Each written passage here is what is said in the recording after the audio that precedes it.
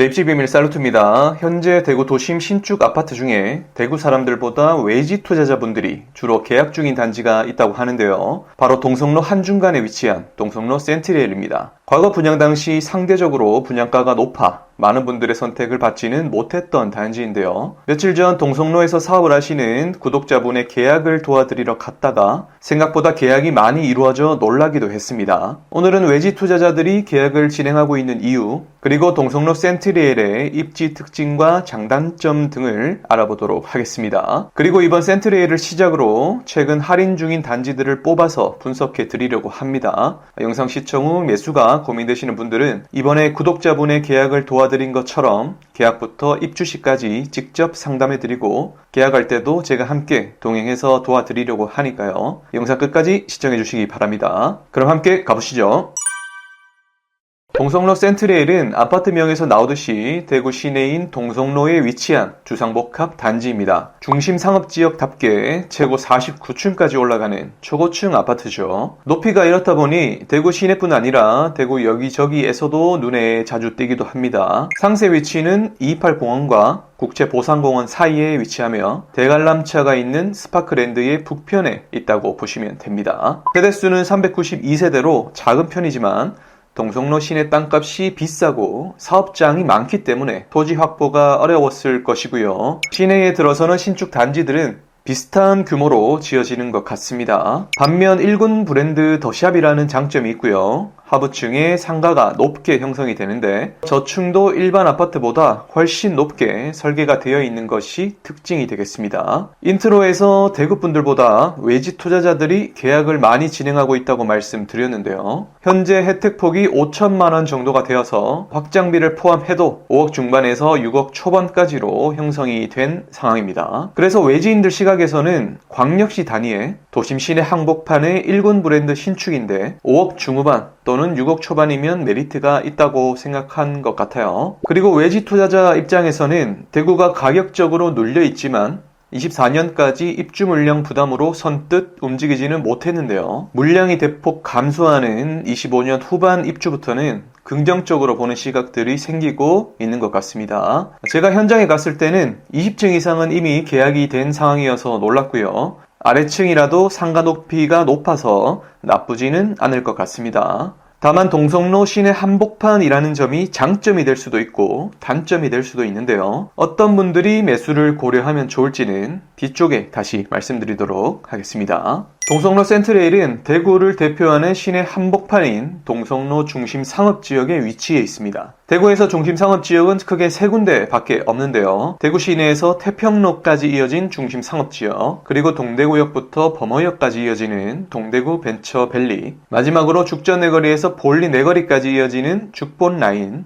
기존에는 이 지역 모두 중심 상업지역답게 상업시설들이 주로 형성되어 있었습니다. 그러다 최근 몇 년간 이 중심 상업지역에 신축 주상복합들이 많이 들어서게 되는데요. 동성로 센트리엘도 이런 흐름 속에 함께하고 있으며 주변으로 다른 신축들도 함께 들어서는 중입니다. 토지의 용도 중에 가장 가치가 높은 중심 상업지역이고 땅값이 비싸다는 동성로이지만 이런 지역에 아파트가 들어서는 것은 아직 우리에겐 낯선 주거 환경입니다. 과거 인구 팽창기에는 직장을 가거나 볼일을 보러 가는 것은 주로 중심부에, 주거지는 외곽에 위치해 있었는데요. 반대로 인구가 감소하는 시기에는 도심 안쪽으로 주거지도 점점 이동을 하게 되고 대구의 신축들이 도심 안쪽으로 많이 지어지는 형태가 그것을 가속화할 것으로 보입니다. 그래서 시내 한복판에 아파트가 들어서는 모습이 당장은 어색해 보이더라도 5년, 10년 후에는 또 익숙해지겠죠. 일대로 들어서는 신축 아파트들이 비슷한 흐름을 이어갈 것으로 보입니다. 현재 동성로는 관광특구로 지정이 되면서 변화의 바람을 준비 중입니다. 국비 지원이나 시비가 더욱 투입될 것이고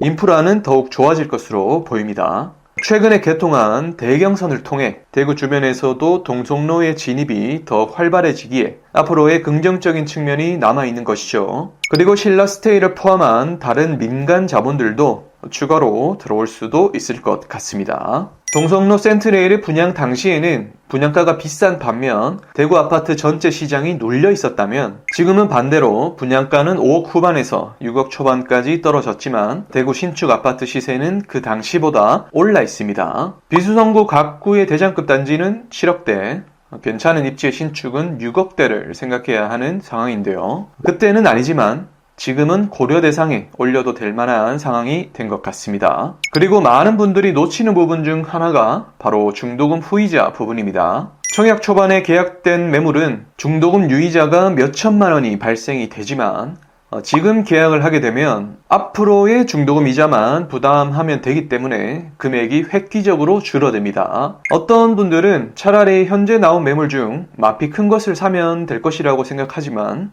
거기에는 중도금 유이자 몇천만 원이 붙어 있는지를 확인해야 합니다. 단지 배치도를 보면 3개의 동이 배치가 되어 있습니다. 하늘색이 포베이 판상형 A타입, 주황색이 타워형인 B타입으로 되어 있네요. 두 타입 모두 남동 남서 조망으로 배치는 잘 되어 있습니다. 다만 아래쪽에 관람차가 있기 때문에 아래쪽에 103동보다는 101동, 102동이 좋아 보이며 101동에서 228공원을 바라보는 남서 라인, 그리고 102동과 103동의 남동 라인을 우선적으로 보시면 좋을 것 같습니다. 101동 남서 라인은 동성로 시티뷰 조망이 잘 열려있고 바로 앞 228공원도 리뉴얼하는 중입니다. 102동, 103동 남동은 건너편 동성로 SK뷰에 일부 조망 간섭이 있을 수 있겠으나 전반적으로 조망이 열려있어 크게 답답하지는 않을 것 같습니다.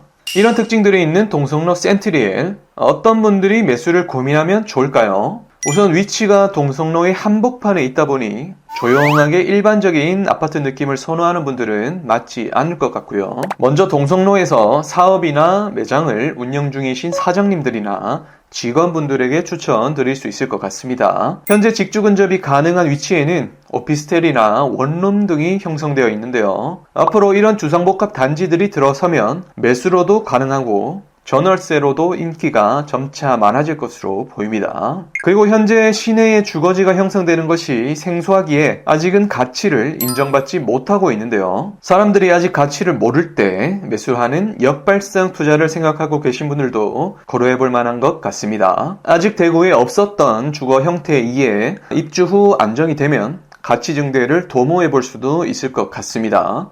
또한 인근에 분양을 하게 될 4일동 도샵이 분양가가 적지 않을 것으로 예상되는데 이런 부분들도 센트레일 입장에서는 호재로 작용할 여지가 있습니다. 현재 동성로 센트레일은 생각보다 계약이 많이 되어서 만약 계약을 진행하더라도 20층 이하가 남아있을 것 같은데요. 입지 상담부터 계약 진행 시 제가 함께 동행해서 옆에서 도와드리려고 합니다. 무료로 진행되는 프로젝트니까요. 관심 있으신 분들은 부담없이 연락 남겨주시면 되겠습니다. 그럼 오늘 영상은 여기까지고요. 오늘 영상이 도움되셨다면 구독 그리고 좋아요 눌러주시고요. 대구부동산 입지 정보와 자료들은 입지비밀 카페나 단체방을 이용해 주시기 바랍니다. 그럼 저는 다음 영상에서 더 좋은 정보로 찾아뵙도록 하겠습니다. 감사합니다.